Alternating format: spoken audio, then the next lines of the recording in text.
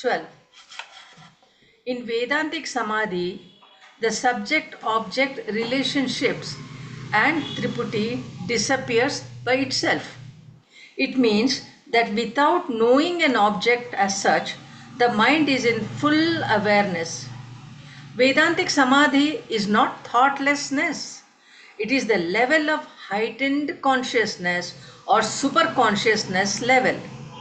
This disappearing happens without any effort. If the mind says, I don't know, then it means that I have not experienced it previously. That is the communication. Mind conceives what it has already experienced. Knowledge never disappears, only the objectification of knowledge changes. The mind has objective knowledge. The mind knows only if it is an object. I know it. It means that it has already experienced the object. The mind also knows that objective knowledge is not there. So the mind says, I don't know. Swamiji elaborated on the mind and the process of knowing. In Samadhi, there is no knowing. It is a state of knowledge that illumines the insentient mind. We should listen to Swamiji's classes several times and understand this clearly. In the 56th Sloka, Vidyaranya Swamigal gives a definition of Samadhi. When the meditator and the meditation are dropped after the gradual practice of Nididhyasana, the mind becomes fully absorbed in the Dhyayam, that is, meditating alone. That is Samadhi. Then the mind is steady like the flame in a windless place. To understand more about Samadhi, Vidyaranya Swamigal gives us 2 shloka which gives us very important points of Samadhi. Swamiji draws a parallel between meditation and deep sleep, that is Sushupti, to clarify the nature of consciousness. In the deep sleep, the awareness is not there to its fullest. In Samadhi, awareness remains in its fullest form but without any objectification. In Vedantic Samadhi, there is no break in awareness. It is pointed out that the experience of an experiences alone can recollect that experience. This particular point is found only in Pancadashi because this is actual and scientific experience. In the 56th Shloka, Vidyaranya Swamigal says that in Samadhi, the thoughts going to the self are not known. However, they are remembered by one who has come out of Samadhi because of his memory. Shloka 57 raises a doubt. There is no vritti. Then how is it possible? The mind does not know these vritti because the mind is focused on the Atma in that particular point of Samadhi. The question is, if there is no mind or thought process, then how can one enter into this Samadhi? While the mind is functioning, you cannot stop thinking. We cannot stop the functioning of the mind. A key insight is that the mind is the meditator and that mind cannot stop itself. Then how can Samadhi happen? Just like if you keep on thinking about sleep, then sleep will not come. As long as one is consciously meditating, true Samadhi cannot occur. The fact that the person will remain in meditation process, however, without meditation, Samadhi will not happen. This implies that there is a process that happens from a higher level over which you have no control. When you try to sleep and are unable to do so, there is an outside force that works at that particular time and then the mind disappears and sleep happens. You have no awareness when exactly this happens and when you entered into sleep. This is a point of wonder of real existence and what Panchadashi explains that the mind is only an instrument that functions based on previous experiences and impressions. Swamiji discussed auto-suggestion and its role in detail. It is important that we listen to Swamiji's talk and understand this as well. Swamiji highlighted the 6 points for practicing Vedantic meditation. Number 1, effortless effort, karma, strong emotions, impressions, and samskaras, Ishvara's grace, Guru's blessings, effect of purva, punya, and karma. With this, we have to free our mind, give and connect auto-suggestion and practice samadhi. This first chapter of Panchadashi is the summary of the entire text. Swamiji concluded with this. Hari Om Swamiji, over to Swamiji for further discussion.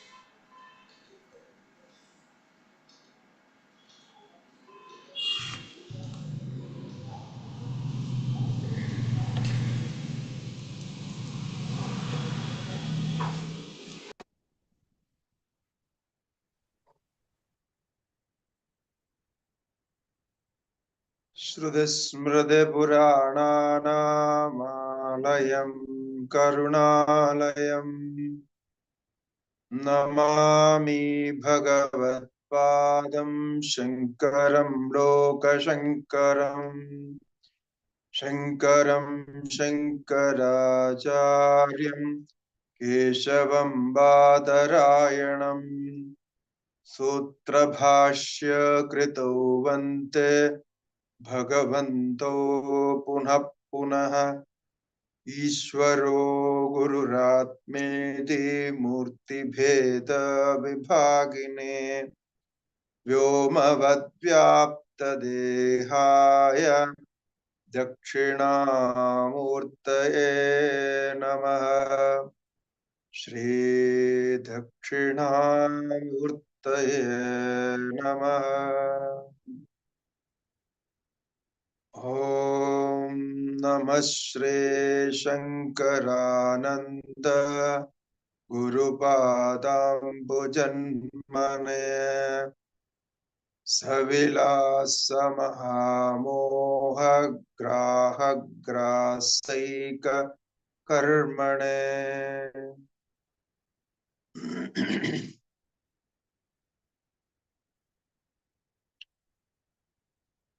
In the first chapter of Pancadashi, Tatva Viveka Prakarana,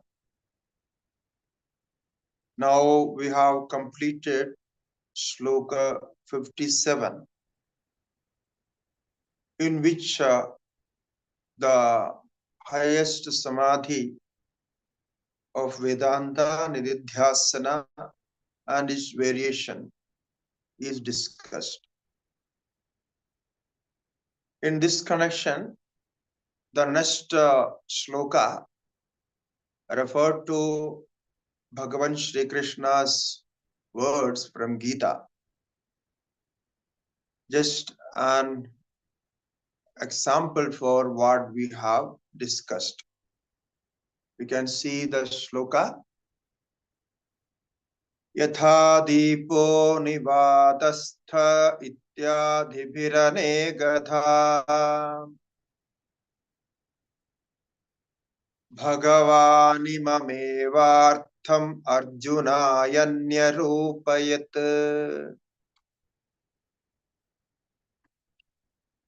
So, whatever we discuss, according to our tradition, we should follow some authentic pramanas. So, what we call as proofs of what we talk about. So, those proofs or the authority should be from Vedas or from Shastras and Smritis. All are scriptures, what we call as Shastras.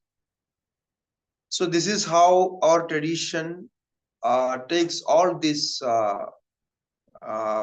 points of discussion. Now, what we had discussed is something very important and very subtle. Since it needs a Shastra Pramana, because our author of the book, Vidyaranya Mahasvami, he wants to emphasize on that. So whatever I am talking, whatever I am preaching you, it's not from my mind or it's not from my way. It is coming from the tradition. So this is what we called Shastra connection. So all those Acharyas, who were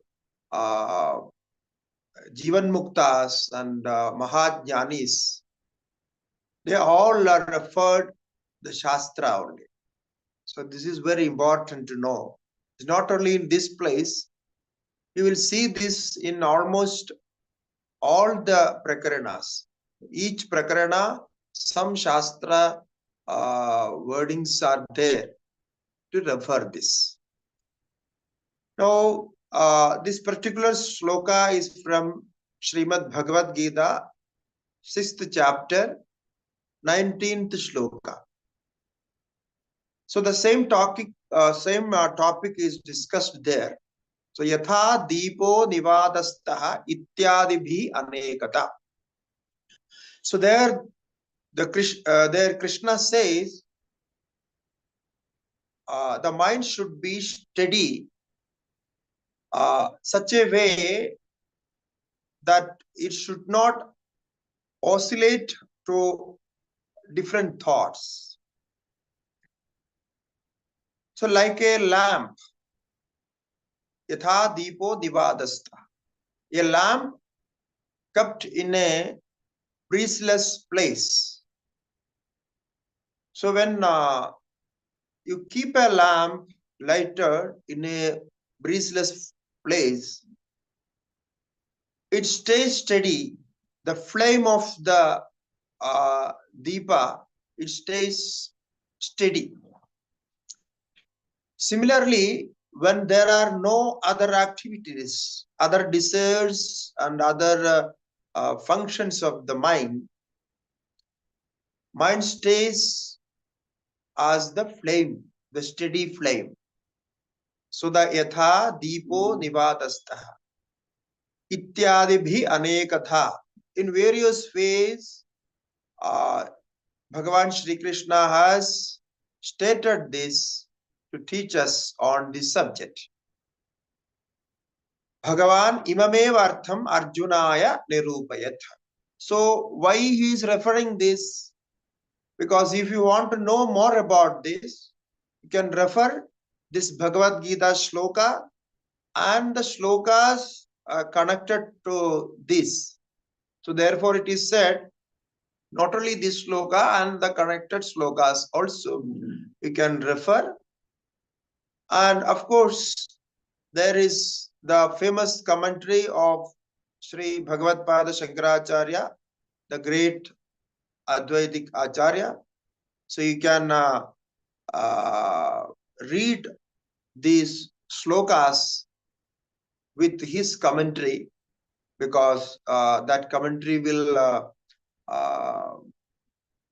open all the tricks of this meditation and the theory. So this is what we have seen. Now we will continue that whatever we discussed, that point is completed here. Now we are continuing with the subject. The next shloka. Anadaviha samsare sanchitaha karma kotayaha anena vilayam yanti shuddho dharmo vivardhate. Iha anadau samsare karma kotayaha sanchitaha anena vilayam yanti shuddho dharmo vivardhate. It says by this meditation, by this samadhi, nididhyasana, all those karmas will be dissolved. Vilayam yanti. Anena vilayam yanti. All those problematic karmas. What are they? It says anadau iha samsare. In this beginningless world, the world of transmigration, it is beginningless. This point we have discussed before. Although there is creation and all elements are created, but the samsara or the birth and death, birth after death, death after birth, so this continues. In each creation, we have, we can say each creation means each birth. We have different world, different experiences, different enjoyments. After some time, when the karma completes, whatever we accumulated, so we called as the prarabdha karma, then the death comes. After death, again the karma continues to take another birth.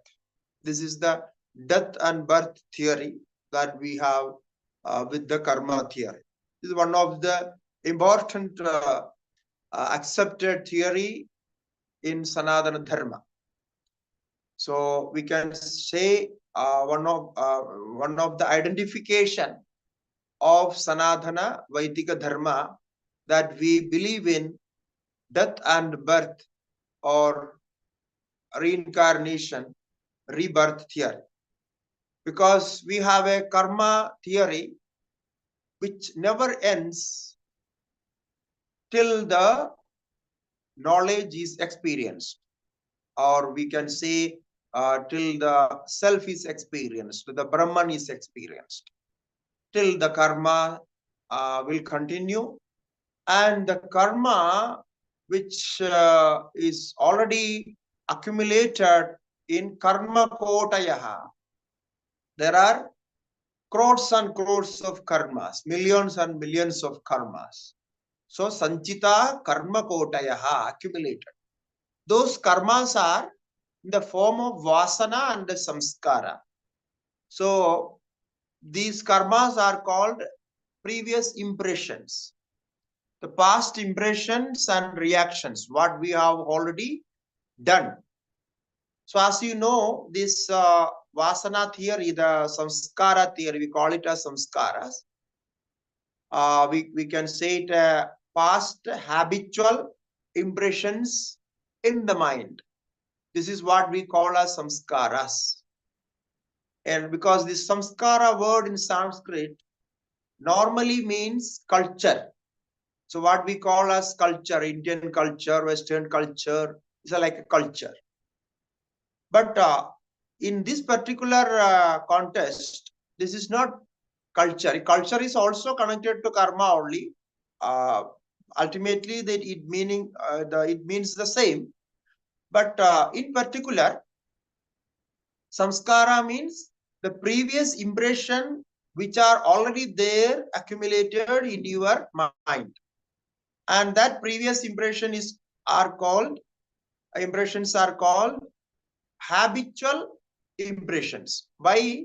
Because you repeatedly did something, repeatedly you wanted to do something, repeatedly you applied your mind concentration on something. Therefore, it become habit. as you know, in psychology also, how the habits are created or how you become habitual towards something.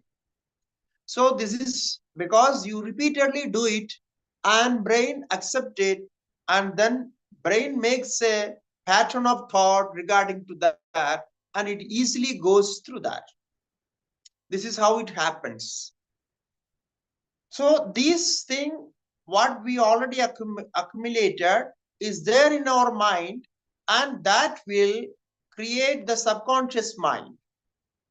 So what we call our subconscious mind, that is created by this past habitual impressions or the reactions from where we know it. Now, how we know we have some past impressions, such and such impressions? We know by our reactions. So the reaction is the mirror to see what is there in your mind. No, this is very common when we mingle with people. It is very common that when you say something, if somebody is laughing or somebody is not accepting it, you can see from their facial impressions, eyeballs and other movements of the impressions, even by the the presence of that person, you know how he is going to react.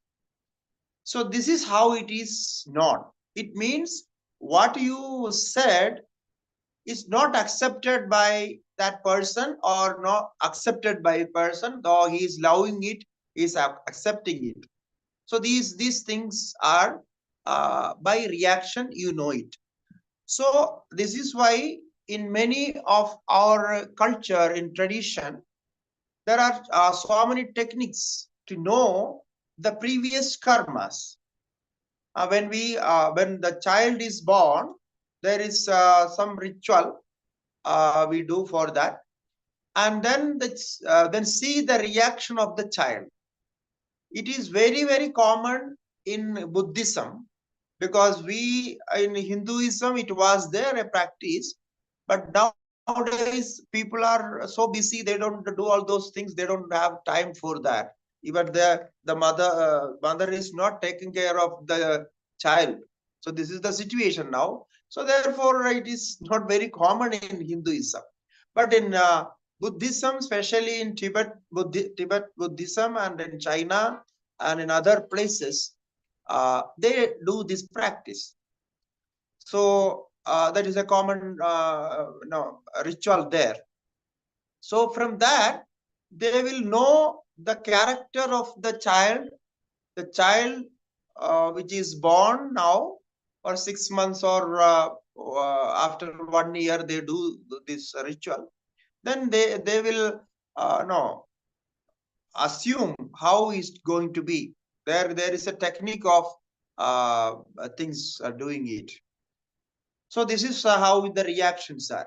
Now these reactions indirectly shows the karmas in your mind, your vasanas. It is shown there, like we call sanjita karmas.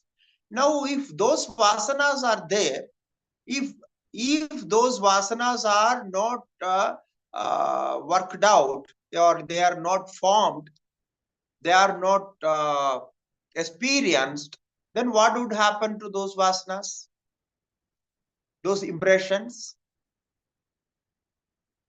So therefore, according to the theory, no, even a single vasana will not die unless it gives an action or reaction.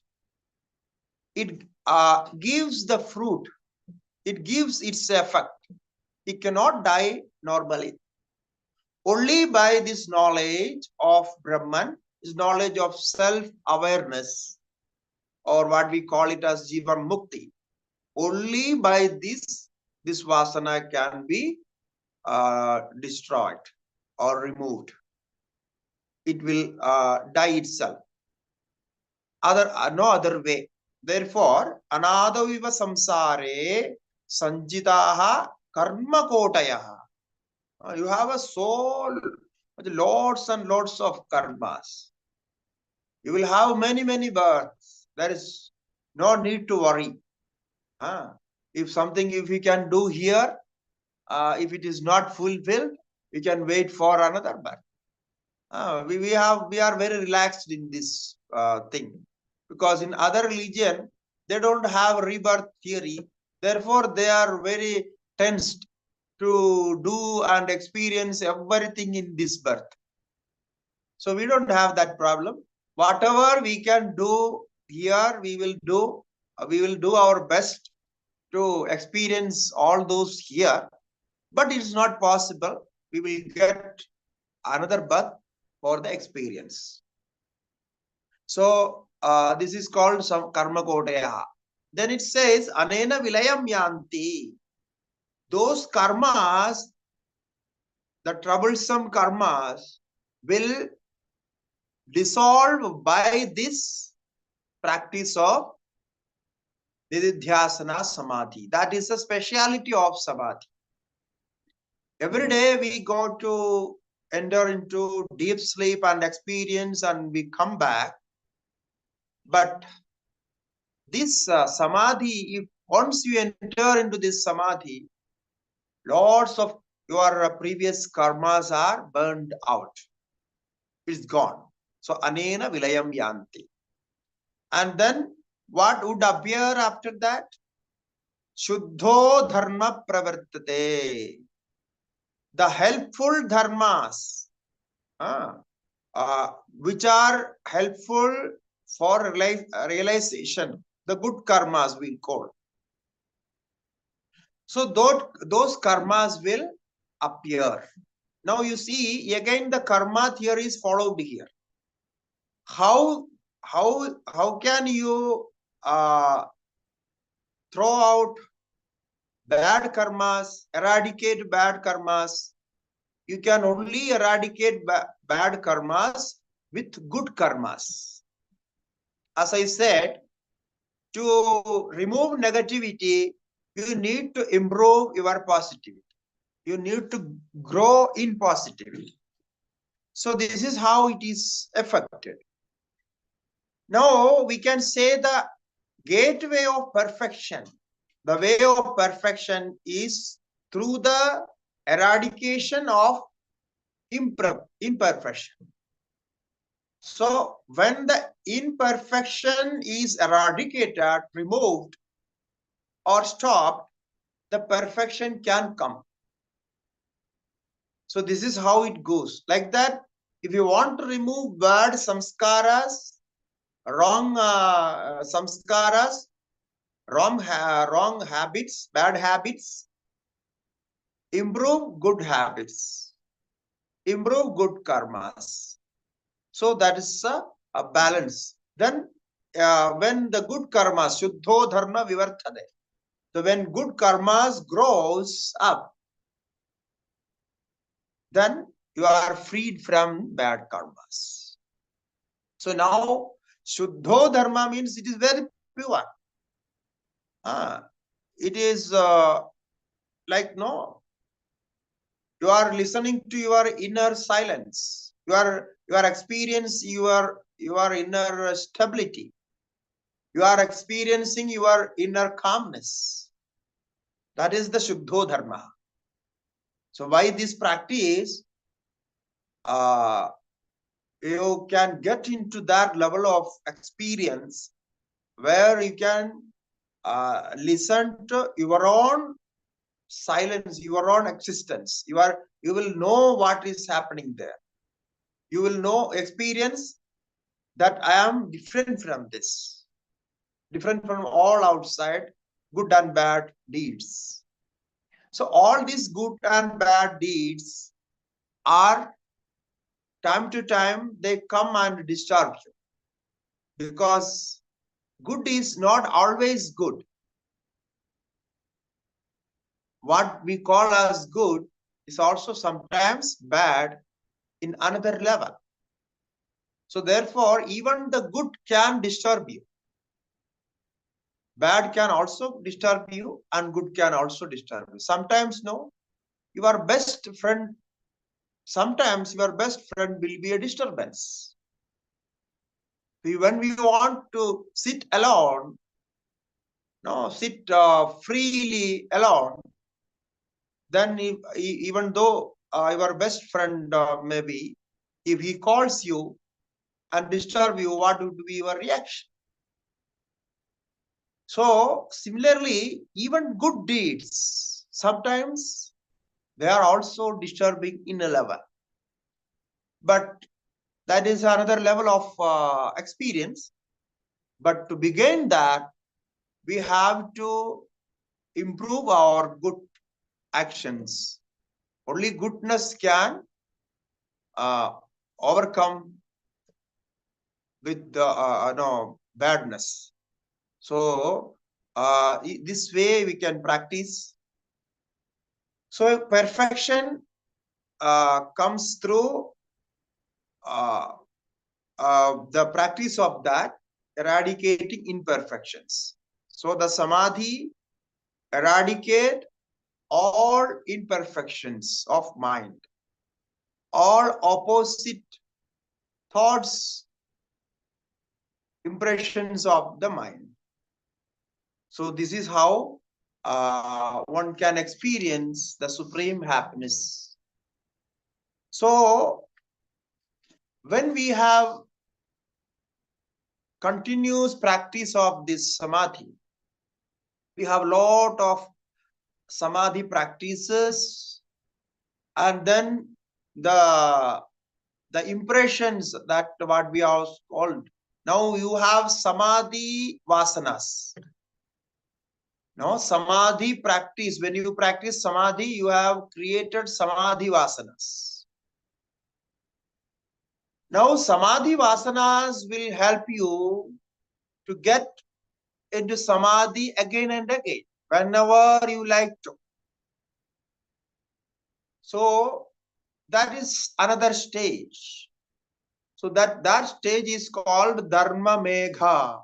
Dharma megha. It is a technical term, a name borrowed from Yoga Sutra of Patanjali. So now here in Yoga Sutra, Kaivalya Pada, 29th Sutra, what it says as a Dharma Megha Samadhi. The shower of nectar flow, or a rain cloud of Dharma. It's called Dharma Megha Samadhi. It is compared to a rain, and it's like a rain cloud of Dharma or nectar or the good experience.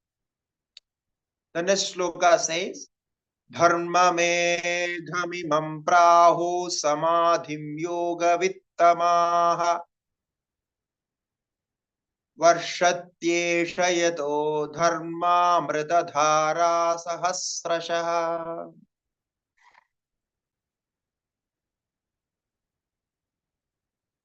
Now, dharma megham imam prahu samadhim yoga vittamaha. Yoga vittamaha. The scholars or the acharyas of Yoga Shastra, the experts of Yoga Shastra, Yoga Vittamaha, what they say, Dharma Megham Imam Aprahuhu Samadhim. They call this Samadhi as Dharma Megha Samadhi. Dharma Megha Samadhi. Dharma means, as you know, right deeds, good karmas, or the protective karmas are called dharma. Megha means cloud. Rain cloud is called megha. So dharma megha. So rain clouds of dharma. So now what is this? We can say that is amrita dhara. Varshatyesha yataha dharmamrita dhara sahasrashaha. In various ways, after this, there will be a shower of nectar flow. Dharma, Amrita, Dhara. So dharma means dharma. Amrita means nectar. Dhara means shower. So after that, this person who has experienced this samadhi, he will only do dharma. He will only do good deeds. He can't think wrong. He will not go wrong. He will be in the right path with clarity of thought, discrimination, all these qualities. Now, how this experience would be, the identity of our consciousness with the cosmic order and law. This is what the Shastra says. This we have discussed previously also. The identity of our own consciousness. Now, after the samadhi, his experience is, I am not only in this body. I am not limited in this body. My consciousness is not limited in this body. But I am everywhere. I am with the cosmic consciousness. So he identifies himself with the cosmic consciousness. And when he identifies, this is important point, when he identifies himself with the cosmic consciousness, universal consciousness, he follows the order and law and practice of cosmic consciousness. Now, what is that? The cosmic consciousness we can call it Ishvara, the supreme God, no?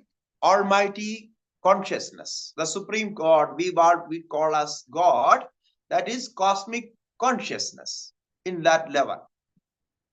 So, in this creation, there is an order and law perfectly controlled by this cosmic consciousness, in which we are all practicing our own actions. We are all performing our own actions, and we are trying and we are struggling to get achieved all our desires. So we are getting for our achievement. We are doing actions, doing effort for our achievements. So this is in that law and order, in that cosmic law and order. Only by this you can get into that. Now, when we work, when we do something, our jobs or our housework or whatever, we have to remember we are doing this under the supervision, under the guidance of that cosmic law and order, the cosmic karma. So we are in that karma. So in that cosmic karma, we are performing our karmas.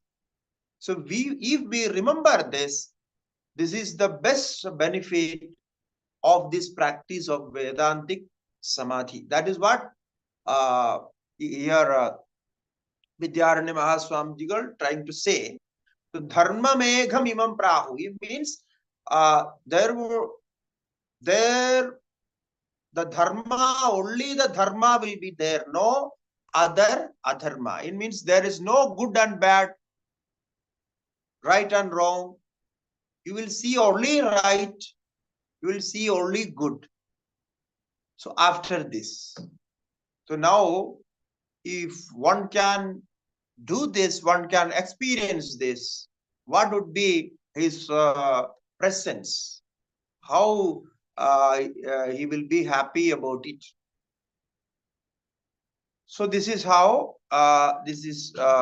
here the experience is. So varshati esha Yado dharmamrita dharaha sahasrashaha.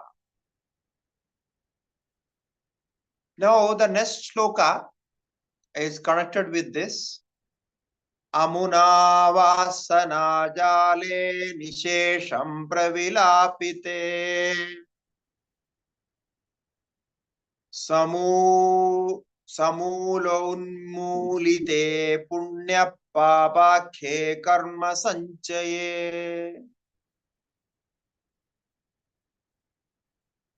So after this experience, Amuna vasana jale nishesham pravilapite says these vasanas are like a network of desires, network of vasanas. Vasana jala. Jala means network. Now you all know what is network is. No? Because we are all using this network. So this network is actually a jalam. It's a network. Literally it is network. Once you enter into that, you are in that net. You are caught in that net. So you can't come out of that. You cannot keep away mobile, you cannot keep away laptops, you cannot keep away all these networks. So this is how it is. So the whole life you will be in that net. So that is why it is called network. It's a good name. Whoever selected the name, it is well thought about, and it's a beautiful name. Yeah, it conveys the the problem of that. So network. So here also the vasana jala. Say like a vasana network. So vasana network, a kind of vasana means, as I told you, a kind of impression which is there in the mind. Now, how these vasanas are made, if you want to go into detail and understand it, you can listen to Yoga Sutra classes, because I think yeah, it is there in our YouTube channel. The whole Yoga Sutra classes, like 72 videos are there. So in that we have we discussed in detail about how these vasanas are made and how they become karmas, how the effect is made. All these theories are there. This is all discussed in Sankhya Yoga and Yoga Sutra, Patanjali Yoga Darshana. So by Amunamanu, by this practice of samadhi, vasana jale nishesham pravilapite, the network of vasanas, the previous impressions, are dissolved, pravilapite, it is dissolved or destroyed. It will disappear.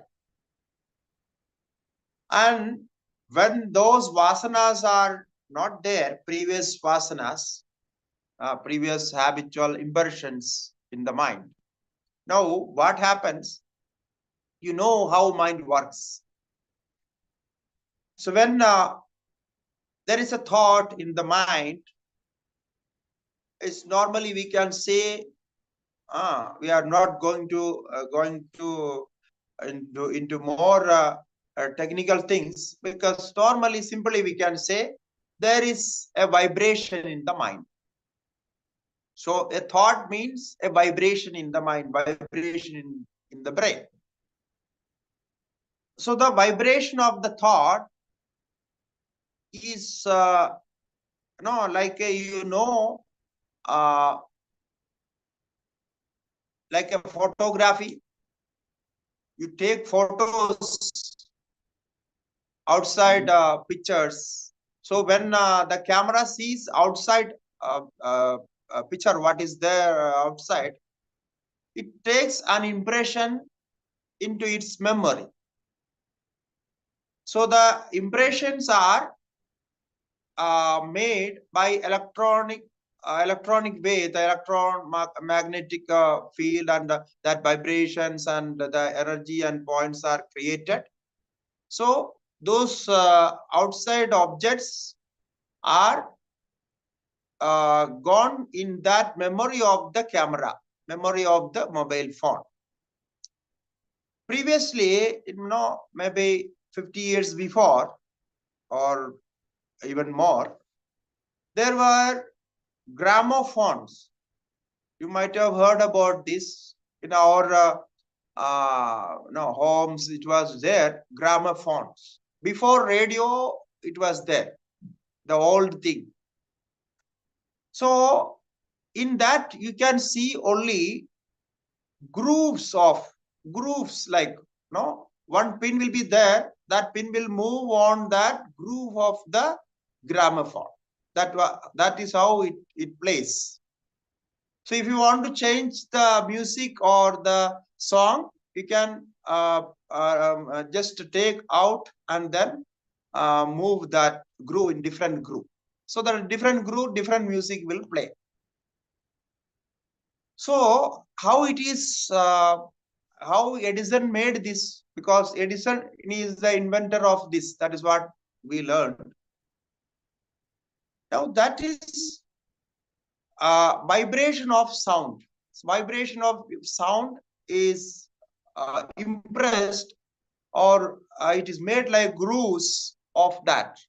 So gramophone is a sound impression grooves. So on that grooves it works. Similarly, in our mind, when a thought arises, when a thought comes, one groove is made, one impression is made. If that thought has more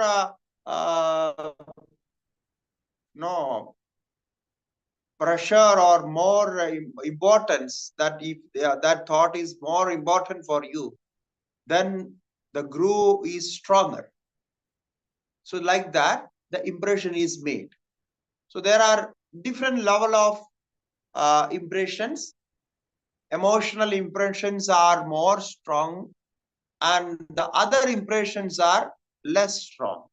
So the most strongest, we can say, the emotional impression which is essential for your life. The emotional impression or the emotional feeling which is more essential for your life. So what is essential for your life, that is made as vasana, the strong vasanas. Because life protection is the main aim of the system or metabolism. Our physical metabolism works to protect our life. So the protection is important. So all the immune system works like that, digestive system works like that, brain works for that.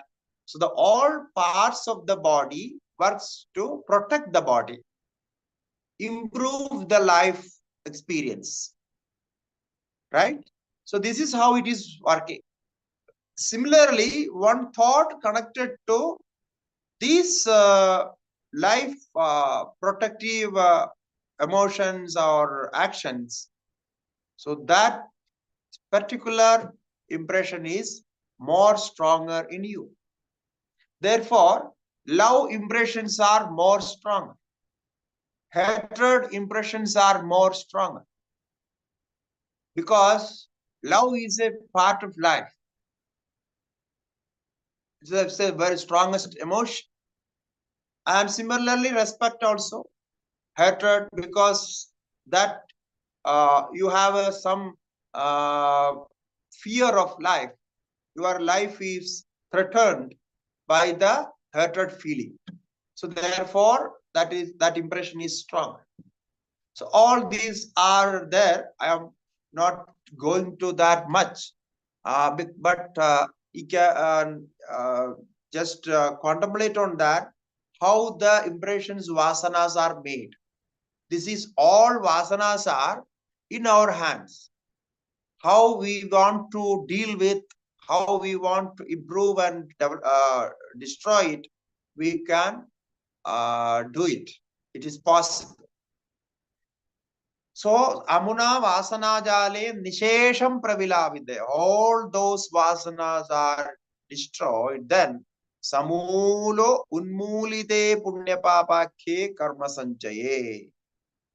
All the accumulated karmas, accumulated previous karmas are uprooted by this samadhi. So this is the benefit of the samadhi, direct benefit of the samadhi.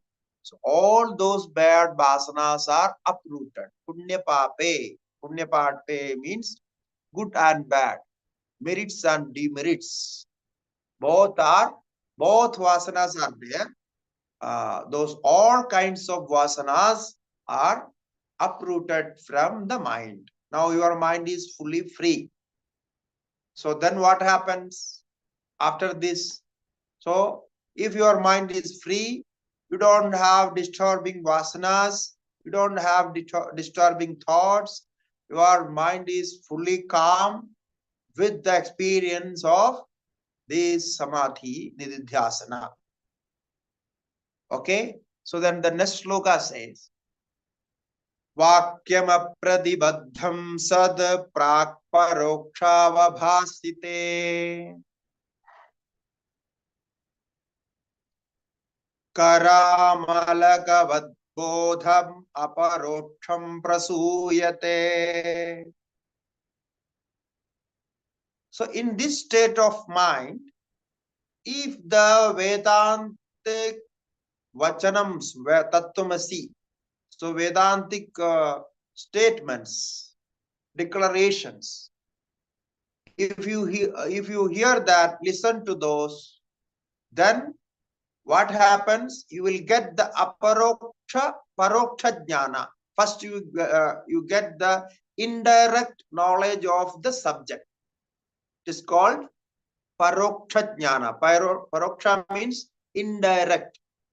So vakyam apradibadham. Apradibadham means without any doubt, without obstacles. Because when you listen to something, while listening, if you are doubting on that, then that is an obstacle which is blocking, stopping the experience of that what you listen. Now, when we listen, we normally say you must have respect on what you are listening.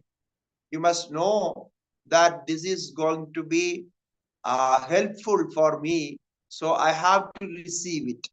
So there should be a good receptivity with the respect, what we call is asraddha. So one must have that. And along with that, one should apply, one should have the emotional part of that.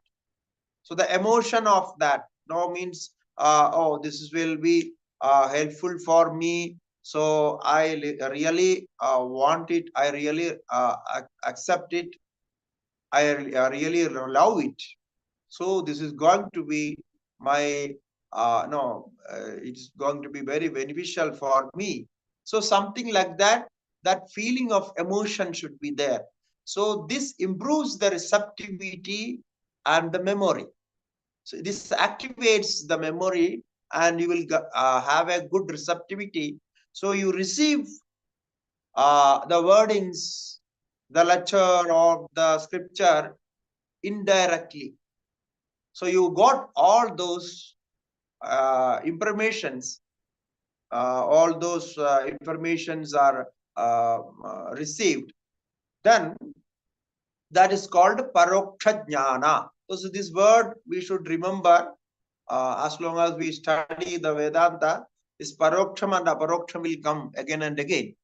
So paroksha means indirect knowledge or information what you received.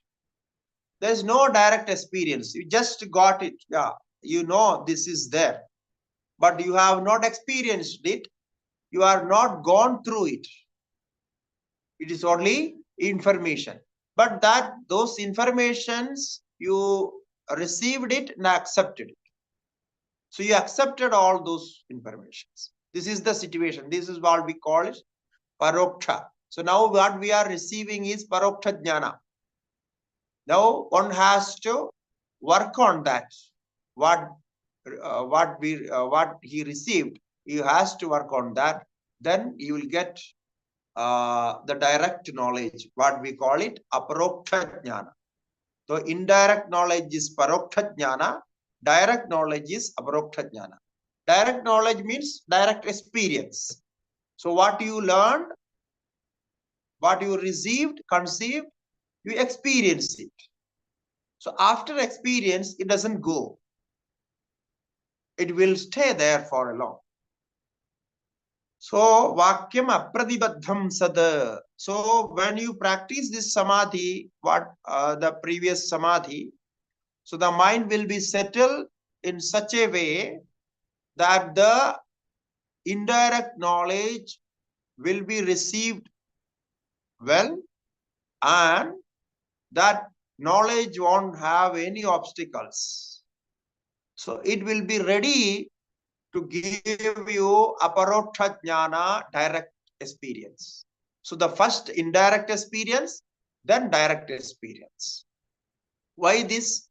Because this knowledge is mainly received from listening to the scriptures. Therefore, it is always indirect. Now, when you consume food, when you eat food, that is your direct experience. So there is no indirect business. So you eat it and you experience it. You experience the taste of that. So some of other activities are like that. But the knowledge which is received from, we can say through language or through other mediums, are always bound to be paroksha jnana at first. Then it goes into aparoksha jnana. So this is the system, how it works. This is the the method what we use for the knowledge. So whatever we learned in schools and colleges and everywhere, those are all aparoksha jnana only. It cannot be aparoksha jnana. So after receiving those, you work on that, you practice on that. After some time, you will experience some of those knowledges. Some may not be experienced in all life, but some may be experienced. So when you experience that knowledge stays there. Okay, so that is called paroksha jnana and aparoksha jnana. So how is the aparoksha jnana delivers? So aparoksha jnanam prasuyate. So aparoksha jnana delivers the knowledge as kara amalakavat, a fruit in your palm. Kara amalakavat. Amalaka, a fruit, we call it as a berry, gooseberry, something like that. So it is called amalaka in Sanskrit. So that fruit is in your hand, or a banana is in your hand. So you directly see that and experience. You have no doubt on that because it is in your hand. When you hold a cup of tea in your hand, so you see it, you experience it, and you have no doubt that it is there. Similarly, the aparoksha jnana will give so much clarity. It is completely there. So that is the experience of aparoksha jnana. So kara amalagavat bodham aparoksha jnana. Now whatever you experience, that is always doubtless for you. There is no doubt. So that is the difference between knowledge and experience. Informative knowledge and experience. Experience has no doubt. There is no chance of doubt. Yeah, this is how aparoksha jnana comes as an experience. Now, the next sloka says, if Avaroksha Jnana is everything, Avaroksha Jnana is the ultimate, then why we need Paroksha Jnana? Why we are going after Paroksha Jnana? What is the need? So that question is answered in the next sloka. Paroksham Brahma Vijnanam Shabdam Deshika Purvakam Buddhi Purvakritam Papam Kritsnam Dahadi Vahnivat. In this one sloka, Vidyaranya Mahaswami is giving the definition of Paroksha Jnana and the benefit of Paroksha Jnana. So the sadhaka needs Paroksha Jnana. Without Paroksha Jnana, he cannot enter into Aparoksha Jnana. So what is that Paroksha Jnana? He says, Paroksham Brahma Vijnanam. The Brahma, the knowledge of Brahman as Paroksha Jnana, indirect knowledge, is Shabdam Deshika Purvakam. It is obtained from Shabda. Shabda means words. It means you obtained, you receive this knowledge from scriptures. Shabdam. Shabda means which is obtained from Shabda, wordings. So Paroksham Brahma Vijnanam Shabdam. And how you receive? You receive by Deshika Purvakam. How? The teachings of great Acharyas. Deshika means Acharya, Guru. So you learn from a Guru. Deshika Purvakam. This is also mentioned here. So this Paroksha Jnana, even though it is Paroksha Jnana, but even this Paroksha Jnana, you cannot receive that without a Guru, or you cannot learn yourself. So learning yourself may not be good in this sense, because the learner, the self learner may not be so much intelligent person that he could get everything directly, all the doubts cleared by himself. That won't be possible. Therefore, the self-study of Vedanta without a guru, without a master, is not good.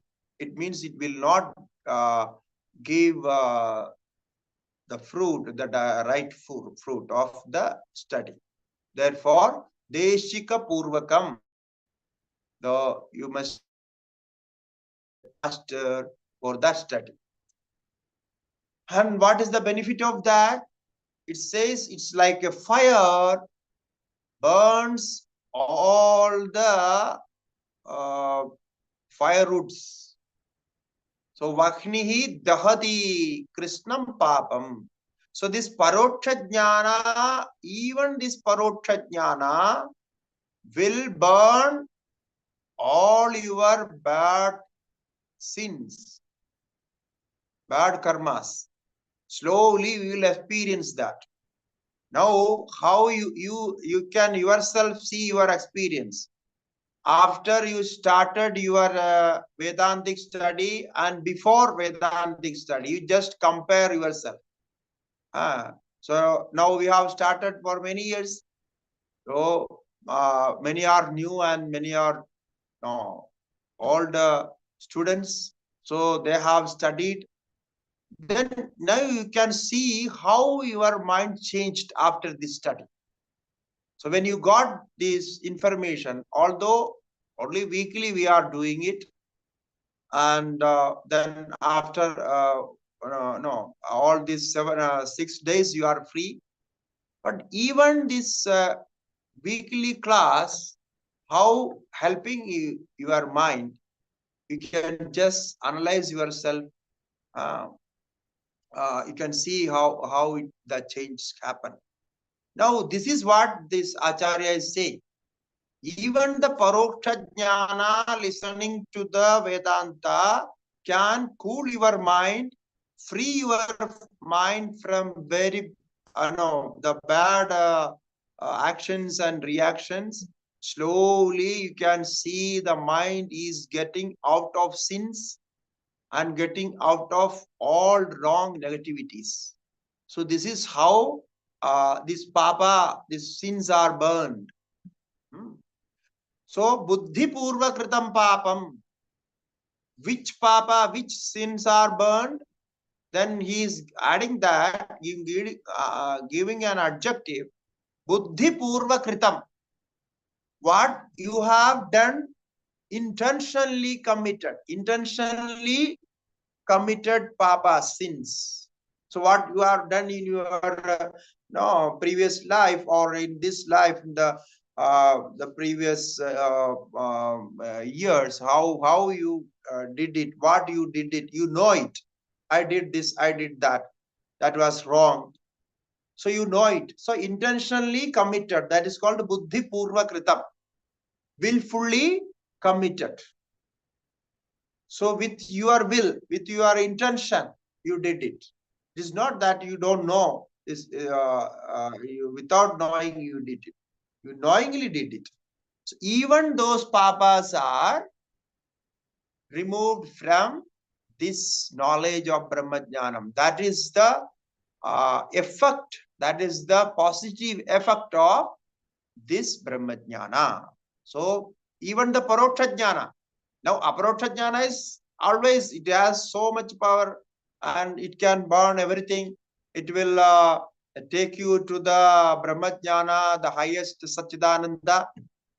But even the Paroksha Jnana, listening and learning the Vedanta, can slowly change your life into that level. So your sins are washed away with this practice. Okay. So this is something good that people may be wondering. We are learning all this now. We are spending time for this. Now, what would happen? What is the effect? If you see the effect after every class, your mind is changing. If you can watch closely the mind, the changes of the mind, you will find that after every class there is some change. There is some positive change. No, I am losing something. I am taken away in a good way. No, this you can experience. It's a introspect. If you do introspection, you can see that the changes are happening in inner changes are happening. So this is the benefit of Paroksha Jnana. Now, Aparoksha Jnana, the next one.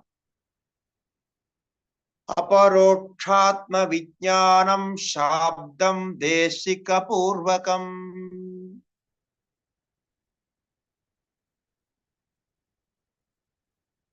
Samsara Karana Jnana Tamasaschanda Bhaskara.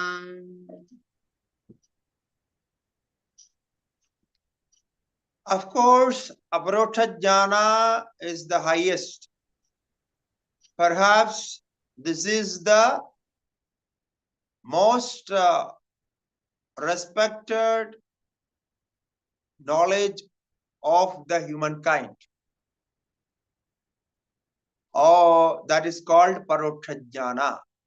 Because you will experience yourself. You will know yourself. You will be with you. So that is called Aparoksha Atma Vijnanam. And this Aparoksha Atma Vijnanam, direct realization of the highest knowledge of Brahman, self. That is also obtained from Shabda. This also comes from scriptures only. And Deshika Purvakam. Because you learn scriptures from a guru, from a master. So that is always there. So, aparokshatma vijnanam shabdam deshika purvakam samsara karanam ajnanam. Now, the paroksha jnana, about what the Acharya said about paroksha jnana is, paroksha jnana will burn out all the sins of committed sins, all the bad karmas. It will burn out.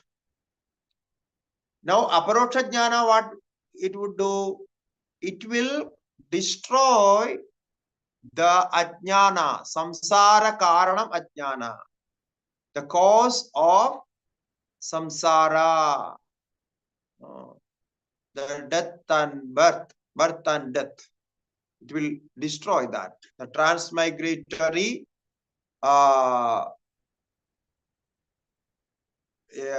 transmigratory is called samsara. The reason for that, the cause for that transmigratory death and birth, that is called samsara karanam. So each time you take new birth because of your karma, karmas are there because you have ajnana. So samsara karana ajnanam, ajnana tamasa. Ajnana is a darkness. It's like a darkness. So samsara karana ajnana tamasaha, for that darkness, which is avidya, which is samsara, which creates samsara. So the root of all the troubles, all the sorrows. So this aparoksha jnana will destroy that. How? So like an example, Chanta Bhaskaraha, the midday sun, like the midday sun destroys the darkness, because in midday there won't be any darkness anywhere. So where the sunlight is, or there you will find light only, no darkness. So like a midday sun destroys the darkness, the samsara will be destroyed by aparoksha jnana. Now aparoksha jnana is like a chanta bhaskara, the midday sun, the like a noon sun.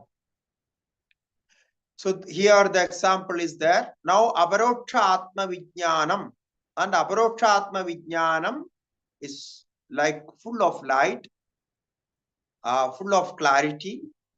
So the after the aparoksha, what would be experience? So you will be established in your own existence. You will feel that I am knowledge. So the aparoksha jnana, the knowledge becomes your existence. The knowledge, the aparoksha jnana, the atma jnana become your existence, and the existence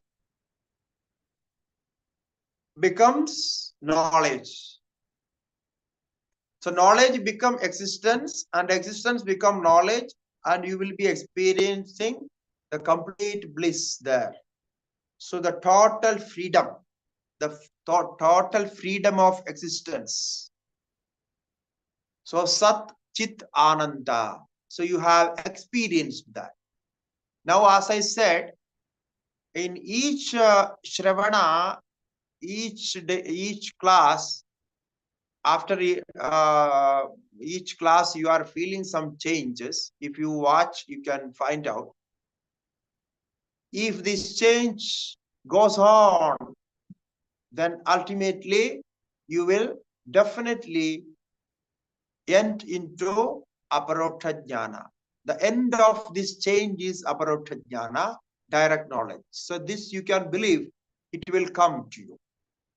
So therefore, aparoksha jnana is the knowledge experience. Your existence become knowledge. Now your existence is with body and mind and all those. You are feeling your existence with that. So the empirical experience is your existence. Now let the empirical experience be there, but you will experience your existence in this highest knowledge of self-awareness. So in this self-awareness, there is no triple awareness, as we discussed, the last class. Triple awareness. The triple awareness won't be there. Only awareness. There is no subject-object relation, nothing. So this is the experience of aparoksha jnana. Now, the next sloka, Vidyaranya Mahaswamiji is summing up the Prakarana, the chapter, the subject of the chapter, whatever he taught here. So the teachings are sum up here. Now, this chapter, as I said, this chapter is the subject for all other chapters. Now, the succeeding chapters are the elaboration of this chapter. This 65 shlokas, what we have learned. Based on this, the succeeding chapters will be discussed and elaborated. Itham tattva vivekam vidhaya vidhivat manas samadhaya. Itham tattva vivekam vidhaya vidhivat manas samadhaya. Vikalita samsriti bandha prapnoti param padam naro nachirat. Vikalita samsriti bandha prapnoti param padam naro nachirat. Now, our Acharya is blessing us. So he is giving blessings. He bless. How he blesses? He says, you will achieve, you will attain that supreme bliss after this. Itham tattva vivekam vidhaya. Thus, the Prakarana, the chapter called Tattva Viveka, we have discussed. Thus, we have discussed the Tattva Viveka Prakarana. The Tattva Vivekam Vidhaya. Vidhivad Manas Samadhaya. So, Vidhivat, by proper teaching, you have learned everything properly. So, Vidhivat Manas Samadhaya. So, in now, having concentrated on those points,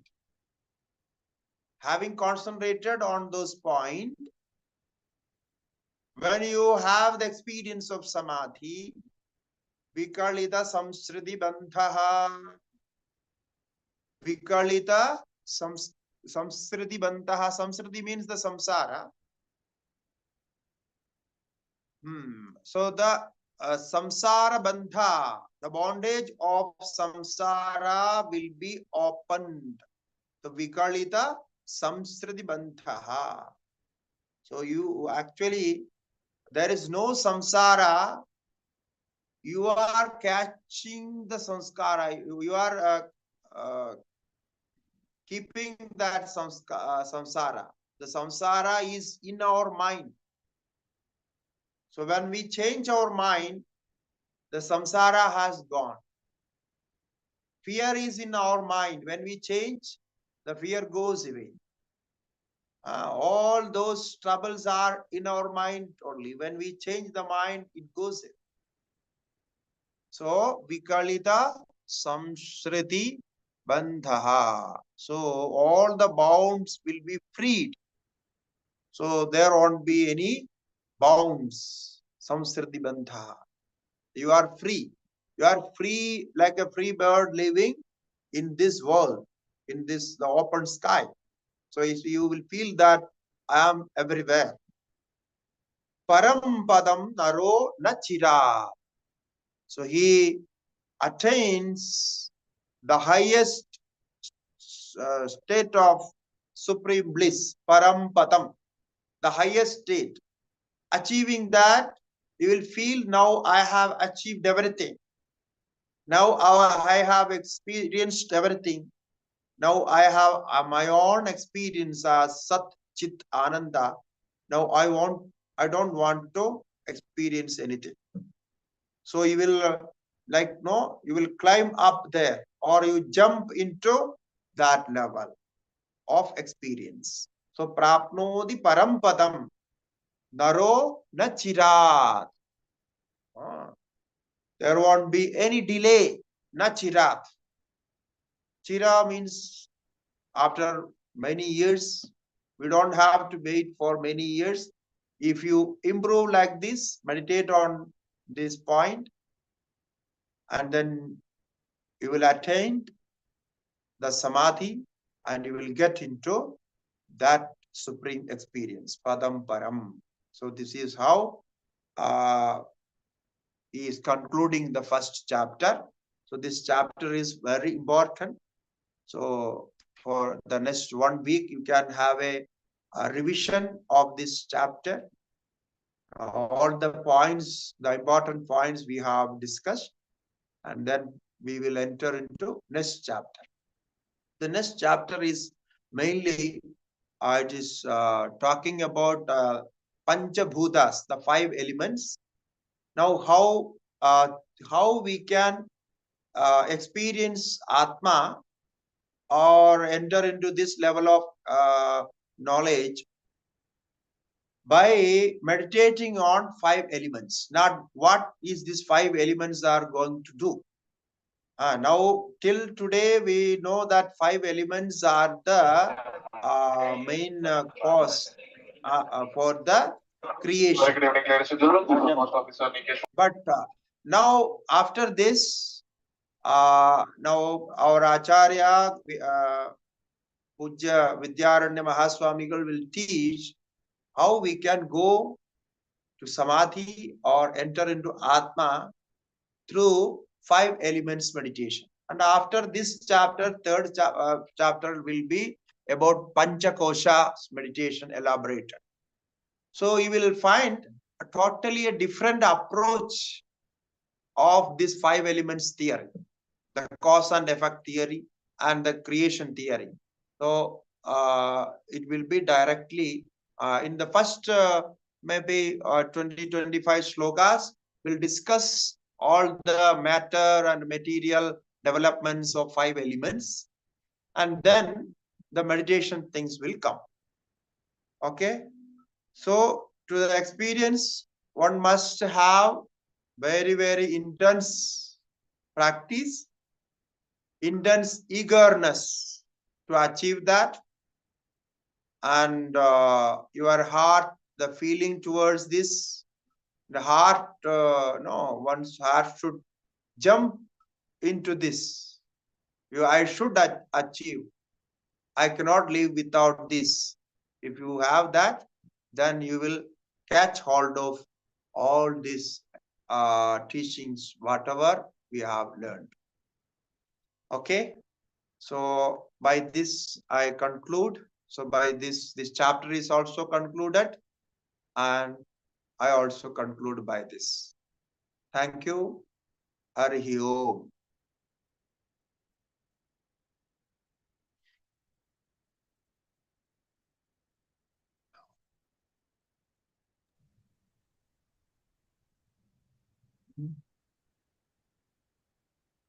Hari Om Swamiji.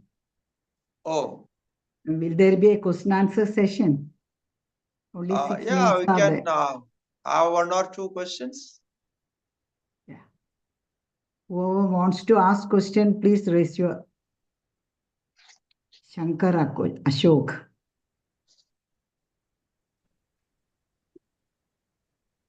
Hari Om Swamiji. Om, Hari Om, Hari Om. Yes, my question is... ask. Yes. You mentioned that it is very much necessary to hear this Vedantic truths from a guru for getting the benefit out of it. Self-study is not Like it will not give the same effects. Yeah.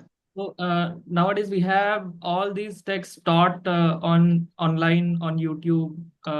So when we are going through them, can we consider it as hearing it from a guru, or how should we approach that? Yeah, it is very interesting. Now, for that, I can just answer. Now you are asking me through online only. Okay, you are there somewhere, I am here somewhere. So now, this can be considered as the first level learning. I can say that because we have to accept all these technologies, and it is useful in a way. You can get all that first level of studies.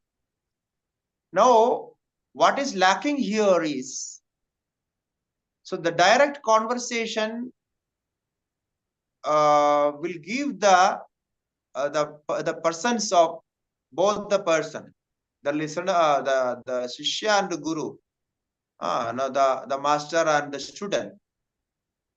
So they have a relation, what we can say as the mental connection, or even the presence of physical energy, or whatever, what we feel in a physical contact.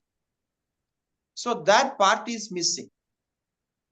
And the other thing is, there are things how we learn through eye contacts, through the facial movements and things like that, because these things are directly communicating with the brain. So this has been proved in the scientific study also, because when we talk to a person, if he's not making an eye contact, you will feel awkward. No, he is not seeing. No, the presence will be disturbed. You might have experienced this many times. So when we talk to somebody, we want that person's complete attention and presence there, physically and mentally. And this makes a special kind of communication. We can say it is out of body, like out of body communication. It's a high level communication of it's connected with the brain. It's connected with the brain, special communication techniques of the brain. So this part is missing. Like a mother communicates with the child, if that the presence is necessary. Without that, through phone or through other mediums, it cannot be communicated. Now, for example, our Gurujis used to give an example for this. Like now, you are sitting in front of me. Okay, I am sitting here and you are sitting in front of me. I can imagine that you are sitting in front of me. But our Swamiji used to say, okay, we are sitting just near to near, only maybe 2 foot, 3 foot, like difference or something. But in between us, there is a glass cover. Now we keep a glass cover in front of us. Now what would happen? We are sitting, you are sitting there, I am sitting here, but in front of us there is a glass. It is very, very clear glass. There is no color, nothing. So we can see directly. But even that glass, if it is there, it makes a difference. What is the difference? If you want to touch me, you cannot touch. If I want to touch you, I cannot touch. So you are so close, but there the glass is there. So this is very subtle, no? It is very difficult to understand. So getting information for the first hand information, or we can say the first level of study that you can do through this, or then you can get all this, you can learn it perfectly and do mananam, and you make the notes and everything. So perfect. In the level of study, it is perfect.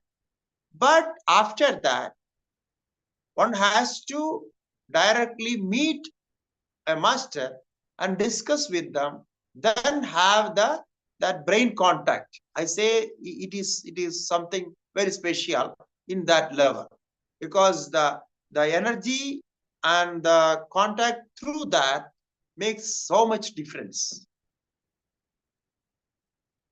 So therefore, that is very special. Yeah. Yeah. Thank you.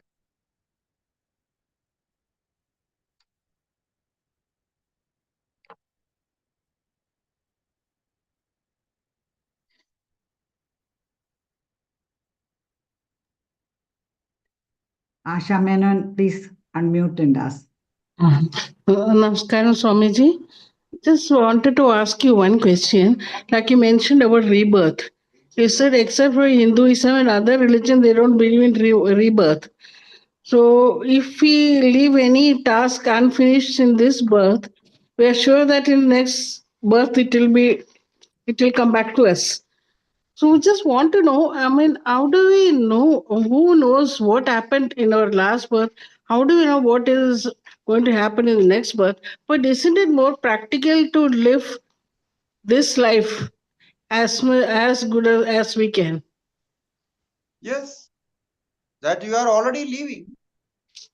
Yeah, you live your life completely. There is no question of any change. But there are so many things that you can't answer why it is there, why it is coming to you. So there are so many reasons. And to know the previous birth and next birth, there are techniques in our scriptures, as well as now even in science. There are so many techniques they are developing now. It is being developed.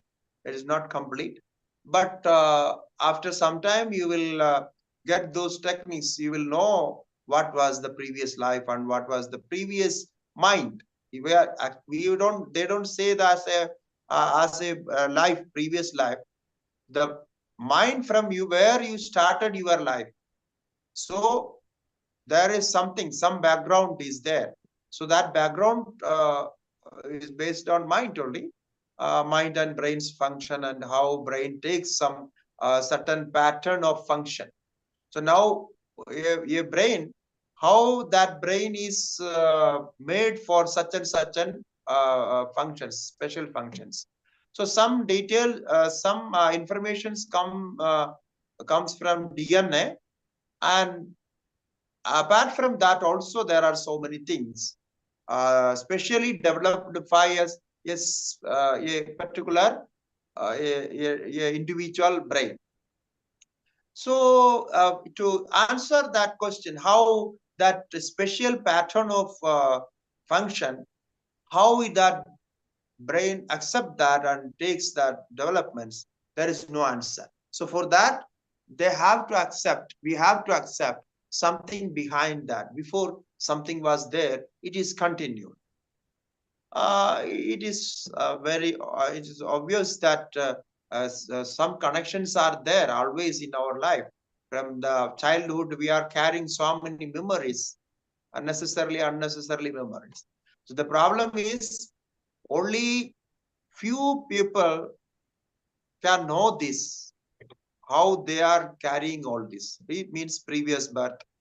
Only few people can know that, and there are so many cases reported, and now the research papers and so many things are there on this. Now so many books are available on this. So it is there. Yeah. Thank you, Swamiji. Next, Deepthi is there. Please unmute and ask. Yeah, Namaskaram, Swamiji. I hope I'm audible. Yeah. Yes, please.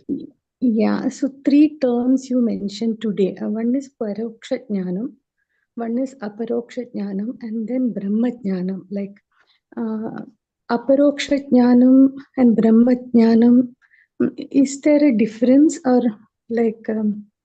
No, it is from two different viewpoints. Like Paroksha Jnanam is indirect knowledge of anything is called Paroksha Jnanam. Not particularly Brahma Vijnanam. Any knowledge, indirect knowledge is called Paroksha Jnanam. And Aparoksha Jnanam is direct knowledge. So direct knowledge, when we consider, as we normal language we say, my direct experience. No, when we say this is my direct experience. This is my own experience. So this language we is used. So this my own experience, this direct experience, this is what we call is Aparoksha Jnana. Because when you say this is my own experience, you doubtlessly say that because you are so confident on that. So you have no doubt on that. So this kind of knowledge is called Aparoksha Jnana. But Atma Jnana and Brahma Jnana considered to be the most Aparoksha Jnana. It means it is the most direct realization. So Brahma Jnana, the word is used because the word Brahma means all-pervading consciousness, the universal consciousness. The single consciousness which is all-pervading. Now when we take individuals, there are individual consciousness. So the individual consciousness is called Atma. So therefore, when we when we are intended to say something about individual consciousness, we use the word Atma. So the Aparoksha Jnana can be Atma Jnana, Aparoksha Jnana can be Brahma Jnana as well. So the Brahma Jnana means all-pervading consciousness is called Brahman. The knowledge of all-pervading consciousness, the experience of all-pervading consciousness. So this is also experienced, therefore it is called Brahma Jnana. So only this much technical difference is there, but in experiential level we see that both are the same.